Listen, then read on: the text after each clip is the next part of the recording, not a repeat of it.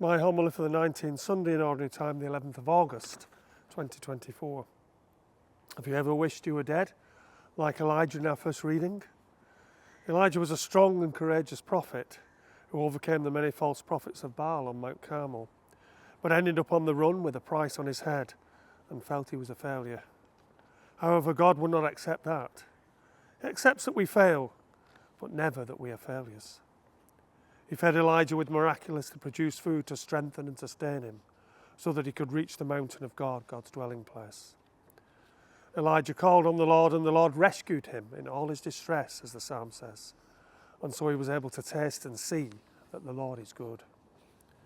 You can see where all this is leading when you read the Gospel, in which Jesus says, "I am the bread that came down from heaven." His people found that difficult to accept, understandably in those early days, when they did not know that Jesus was God and man. However, even then Jesus said, "No one can come to me unless he is drawn by the Father who sent me."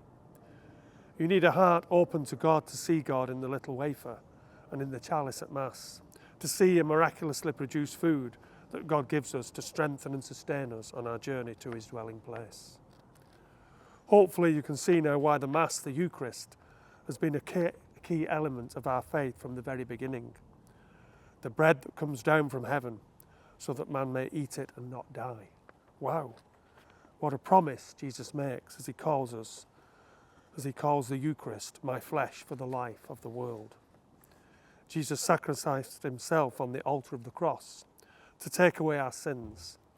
The Mass connects us directly with that event and brings its fruits of victory over sin and death and resurrection directly into our lives.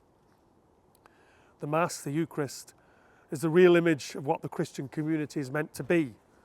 There is total equality before God as rich and poor, good and bad, learned and illiterate, local and foreigner, kneel before God's altar, where we are called to love, forgive and give thanks, and to hand over to God all our hurts, pains and bitterness.